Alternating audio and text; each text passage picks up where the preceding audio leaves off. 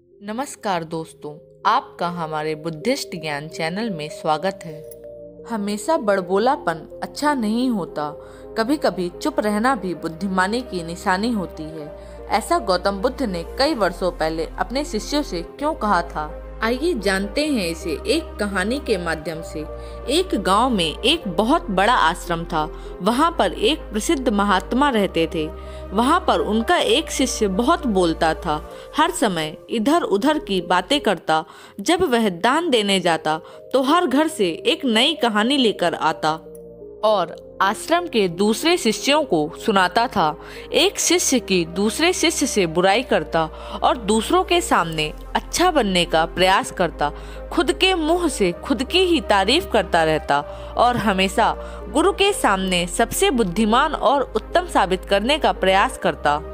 वह खुद को सभी शिष्यों से सबसे अलग और श्रेष्ठ मानता था। उसका कहना था कि मैं एक अमीर घर से हूँ। अगर मैं चाहता तो एक आरामदायक और सुविधाओं से भरा जीवन जी सकता था, लेकिन मैं वह सब छोड़कर यहाँ आ गया क्योंकि मुझे सत्य की खोज करनी है, खुद को जानना है, जीवन को जानना है। इसलिए मेरा त्याग सबसे बड़ा है। एक दिन गुरुजी ने आश्रम के सभी शिष्यों को बुलाकर कहा कि आप सभी को एक माह के लिए कोई ना कोई संकल्प लेना है। इससे आपकी संकल्प शक्ति मजबूत होगी और आप में आत्मशक्ति का संचार होगा। आप सभी अपने सामर्थ्य के अनुसार कोई सा भी संकल्प ले सकते हैं और यदि एक माह से पूर्व जिस का भी संकल्प टूट जाएगा तो वह अपनी पुरानी दिनचर्या में वापस आ जाएगा। सभी शिष्यों ने अपनी शक्ति के अनुसार छोटे बड़े जो भी समझ में आया संकल्प ले लिया और गुरुजी को अपना संकल्प के बारे में बताकर वहां से चले गए। लेकिन वह शिष्य जो खुद को अलग और बड़ा दिखाना चाहता था, वह सीधे गुरुजी की कुटिया में पहुंच गया और बोला, मैं कोई छोटा मोटा संकल्प नहीं लेना चाहता गुरुदेव, बल्कि खुद की ही भांति एक बड़ा और महान संकल्प लेना चाहता हूँ। कृपया आप ही बताएं मुझे क्या संकल्प लेना चाहिए। उसकी यह बात सुनकर गुरुजी मुस्कुराए और बोले, क्या तुम मेरे द्वारा दिए गए संकल्प को पूरा कर पाओगे? क्या तुम्हारे लिए उसे पूरा करना संभव होगा? शायद नहीं, वह तुम्हारे लिए संभव नहीं है। तुम उसे पूरा नहीं कर पाओगे, इसलिए तुम खुद से ही कोई संकल्प ले लो। शिष्य ने कहा, नहीं गुरुदेव, आप जो भी संकल्प मुझे देंगे मैं जरूर उसे पूरा करूंगा।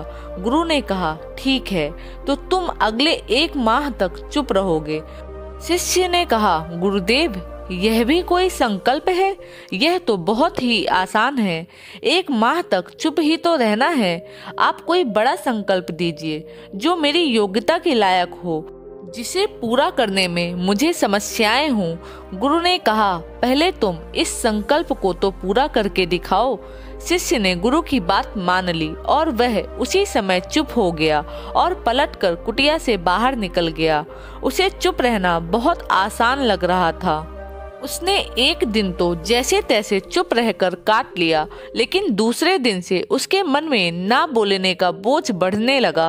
तीसरे दिन उसे भारीपन महसूस होने लगा और चौथे दिन उसके अंदर एक अजीब सी बेचैनी होने लगी, क्योंकि उसके आसपास आश्रम के सभी शिष्य एक दूसरे से बातें कर रहे थे। वह भी अपना पक्ष उनके सामने रखना चाहता था और उनकी बोलती बंद कर देना चाहता था, लेकिन उसका संकल्प उसके आगे आ रहा था, इसलिए वह पूरे दिन मुंह और आंखें बनाता रहता। इसी तरीके से कुछ दिन और बीते और वह शिष्य बीमार पड़ गया। उसका सर फटा जा रहा था, उसका खाने पीने तक का मन नहीं कर रहा था, वह सिर्फ बोलना चाहता था। वह गुरुदेव के पास गया और उनके सामने बैठकर लिखकर उन्हें बताया, गुरुदेव, मैं बोलना चाहता हूँ, बिना बोले मुझे सांस नहीं आ रही, मेरा दम घुटता जा रहा है, मैं अंदर ही अंदर पागल हुआ जा रहा हूँ। मैं क्या करूँ गुरुदेव, संकल्प तोड़ दूँ क्या? यह पढ़कर गुरुदेव मुस्कुराए और बोले, संकल्प तो तोड़ने के लिए ही होते हैं, लेकिन जो अपने संकल्प को पूरा कर लेता है वह अपनी आंतरिक शक्ति को बढ़ाता है। और जो अपनी आंतरिक शक्ति को बढ़ा लेता है वह समझ और जागृति की राह में आगे बढ़ जाता है। संकल्प का लेना भी तुम्हारे हाथ में था और तोड़ना भी तुम्हारे हाथ में है। तुम्हारे बहुत से भाई अपने संकल्प को तोड़कर अपनी पुरानी दिनचर्या पर वापस जा चुके हैं। अगर तुमसे नहीं हो पा रहा तो तुम भी अपना संकल्प तोड़कर अपनी पुरानी दिनचर्या में वापस जा सकते हो। लेकिन याद रहे, यदि आज तुम इस छोटे से संकल्प को पूरा नहीं कर पाए तो अपनी बाकी की पूरी जिंदगी कैसे संभालोगे? बाकी का फैसला पूरी तरह से तुम्हारे हाथों में है। गुरु की यह बात उस शिष्य के दिल में चोट कर गई और वह बिना कुछ बोले वहां से वापस चला गया और खुद को अपनी कुटिया में बंद कर लिया। वह केवल अपने जरूरी कामों के लिए ही कुटिया से बाहर निकलता, बाकी सारे समय कुटिया के अंदर ही बैठा रहता। 15 दिन बीत चुके थे और आश्रम के सभी शिष्यों का संकल्प अब तक टूट चुका था, लेकिन उसका संकल्प अभी भी जारी था। संकल्प लेने के बाद से अब तक उसने एक शब्द भी नहीं बोला था। सारा आश्रम हैरान था कि इतना बोलने वाला इंसान चुप कैसे हो गया। 15 दिन बीतने के बाद वह दोबारा अपने गुरु के पास गया और उन्हें लिखकर बताया कि हे गुरुदेव, मैं बाहर से तो चुप हूँ, लेकिन मेरे भीतर बहुत सी आवाजें हैं, बहुत सी पुकार और शिकायतें हैं। मैं अंदर ही अंदर बातें करता रहता हूँ। मेरे मन तरह तरह के प्रश्न पूछते रहते हैं। मैं बाहर से जितना मौन हूँ, भीतर से उतने ही शोर शराबों से भरा हुआ हूँ। क्या इस तरह मेरा संकल्प अभी भी जारी है? गुरु ने कहा, हाँ, तुम्हारा संकल्प अभी भी जारी है, लेकिन जब तक लोगों की ये आवाजें तुम्हारे कानों तक पड़ती रहेंगी, तुम्हारा मन भी बोलता रहेगा, क्योंकि इसे तो आदत है बोलने की। तुम भले ही बाहर से चुप रहो, लेकिन तुम अंदर ही अंदर बोलते रहोगे। तुम्हें इन बातों से, इन आवाजों से दूर जाना पड़ेगा। शिष्य गुरु को प्रणाम करके वहां से चला जाता है और सुबह होते ही अपनी कुटिया को छोड़कर जंगल की तरफ निकल जाता है।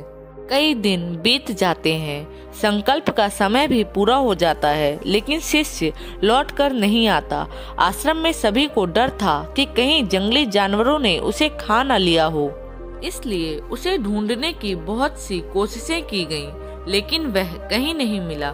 सभी गुरु भाइयों ने मान लिया था कि जंगली जानवरों ने उसे अपना शिकार बना लिया है, लेकिन गुरुजी को ऐसा नहीं लगता था। एक दिन आश्रम का एक अन्य शिष्य गुरु के पास आया और बोला कि गुरुदेव, हमारे उस अधिक बोलने वाले भाई के साथ क्या हुआ होगा? क्या जंगली जानवरों ने उसे मार दिया होगा?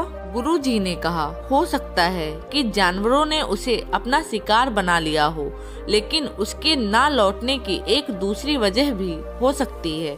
शायद उसे वह मिल गया है जिसके लिए वह गया था। फिर शिष्य ने कहा कि गुरुदेव, क्या ज्यादा बोलना इतना हानिकारक होता है? गुरु ने कहा कि इंसान के जीवन में बहुत सारे दुखों के साथ एक दुख यह भी है कि वह कभी चुप नहीं रह सकता, हमेशा कुछ न कुछ बोलता ही रहता है। सिर्फ हमारे बोलने के कारण ही हमारे आधे से ज्यादा दुख पैदा होते हैं।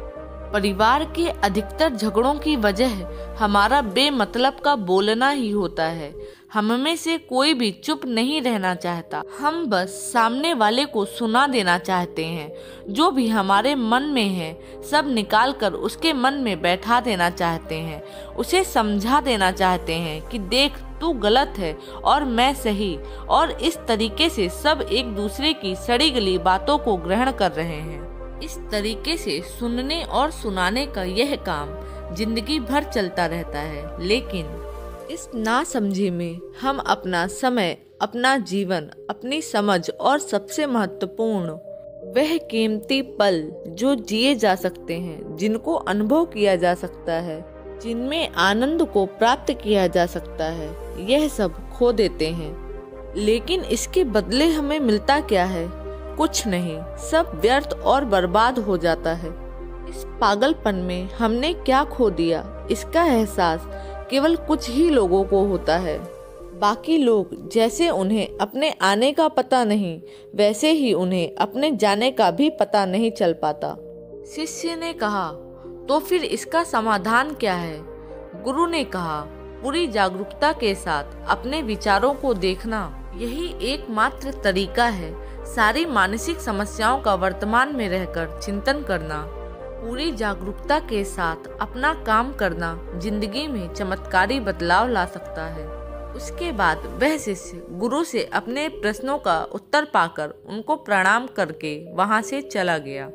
वह शिष्य जो आश्रम छोड़कर गया था, उसे आश्रम छोड़कर गए हुए लगभग 3 महीने हो चुके थे, लेकिन उसकी कोई खबर ना थी। अब तक तो सभी गुरु भाइयों ने भी उसके वापस लौटने की उम्मीद छोड़ दी थी। लेकिन एक दिन वह आश्रम लौट आता है। उसे देखकर सभी के आश्चर्य और खुशी का ठिकाना ना रहा।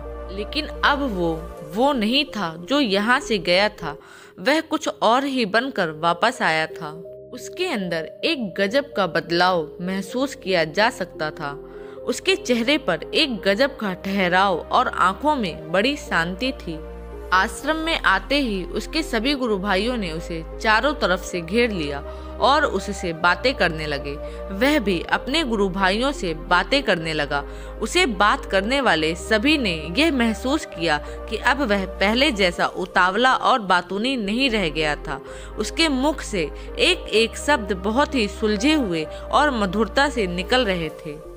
थोड़ी देर तक गुरु भाइयों से बात करने के बाद वह सीधा गुरु की तरफ चला गया।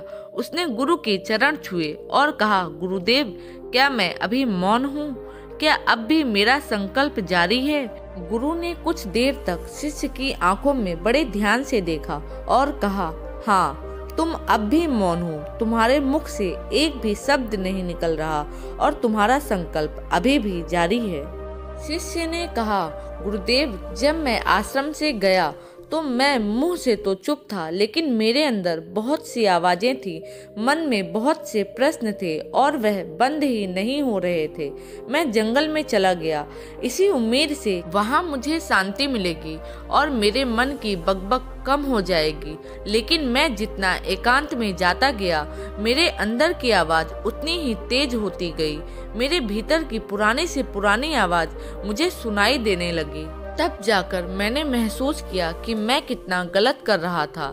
जब मैं अपने परिवार वालों को, दोस्तों को और गुरु भाइयों को बुरा भला कहता था, उस समय मुझे लगता था कि मैं सही कह रहा हूँ। जब मैं गुरु भाइयों की एक दूसरे से चुगली करता था, लेकिन उस दिन मैंने पहली बार महसूस किया कि मैं कितना गलत बोलता था।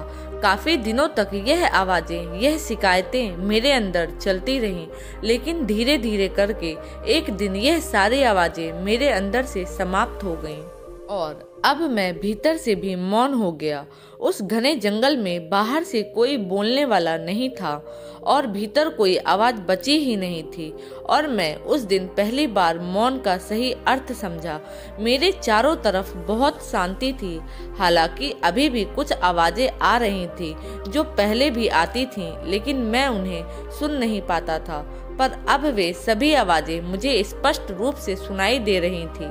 हवा के चलने की आवाज, चिड़ियों के चहचहाने की आवाज और पानी के बहने की आवाज, यह सभी आवाजें मैंने पहली बार पूरे होश पूर्वक सुनी।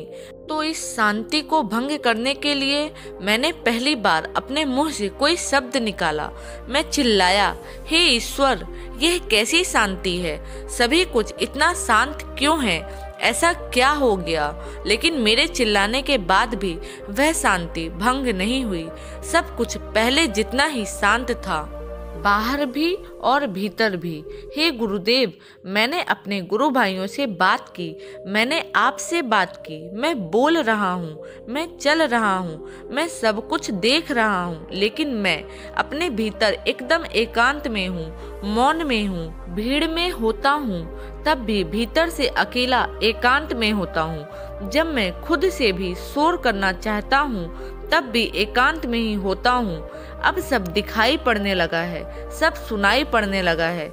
गुरु ने कहा, जब तक हम बाहर की तरफ बोलते रहेंगे, भीतर अशांति ही रहेगी। लेकिन जिस दिन हम भीतर की तरफ मुड़ जाएंगे, तब हमारे मुंह से भी कुछ नहीं निकलेगा, तब भी हम शांत ही रहेंगे। दुनिया में जितनी भी बुराइयां हैं ज्यादातर हमारे बोलने से ही उत्पन्न होती हैं, क्योंकि हम चुप नहीं रहना चाहते। हमें जितनी जरूरत है उससे कहीं ज्यादा बोलते हैं। हम सामने वाले को सुनना नहीं चाहते, बल्कि उसकी बोलती बंद कर देना चाहते हैं। उसे समझा देना चाहते हैं कि मैं कौन हूँ, मैं क्या कर रहा हूँ, और यही हमारी जिंदगी का मकसद बनकर रह जाता है। हमारी सारी ऊर्जा इस व्यर्थ के बोलने में बर्बाद हो जाती है।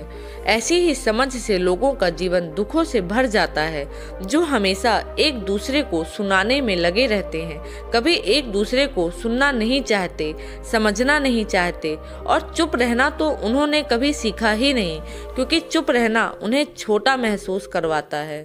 दुनिया की सभी लड़ाइयों का कारण हमारा बोलना ही है, इसलिए हमें सिर्फ उतना ही बोलना चाहिए जितना जरूरी हो, क्योंकि व्यर्थ का बोलना ऊर्जा को नष्ट करना है, और यह बोलना ही हमें कभी अपने भीतर की ओर लौटने नहीं देता, क्योंकि यह हमें बाहर की ओर खींच कर रखता है। बाहर है ही क्या इस संसार के अलावा, लेकिन अगर अपने भीतर के संसार की ओर मुड़ना है तो इस मुंह को बंद रखना ही चाहिए। इसलिए जितने भी महात्मा हुए, बुद्ध हुए, आत्मज्ञानी हुए, वह सभी एकांत की ओर भागे, ताकि उन्हें ज्यादा ना बोलना पड़े, ज्यादा ना सुनना पड़े। वह एकांत में रहे और शांत रहे, इसलिए आसानी से अपने भीतर की यात्रा कर पाए। लेकिन अगर कोई चाहे तो इस संसार में रहकर भी एकांत में रह सकता है, शांत रह सकता है, लेकिन इसके लिए उसे अपनी ऊर्जा बचानी होगी, जिसे अब तक वह अपने व्यर्थ के शब्दों में बर्बाद कर रहे थे। तो दोस्तों, इस कहानी की सीख यही है कि व्यर्थ का बोलना ऊर्जा को नष्ट करना है। ज्यादा और व्यर्थ बोलना ही हमें अपने भीतर की ओर लौटने नहीं देता, क्योंकि यह हमें बाहर की ओर झुकाए रखता है।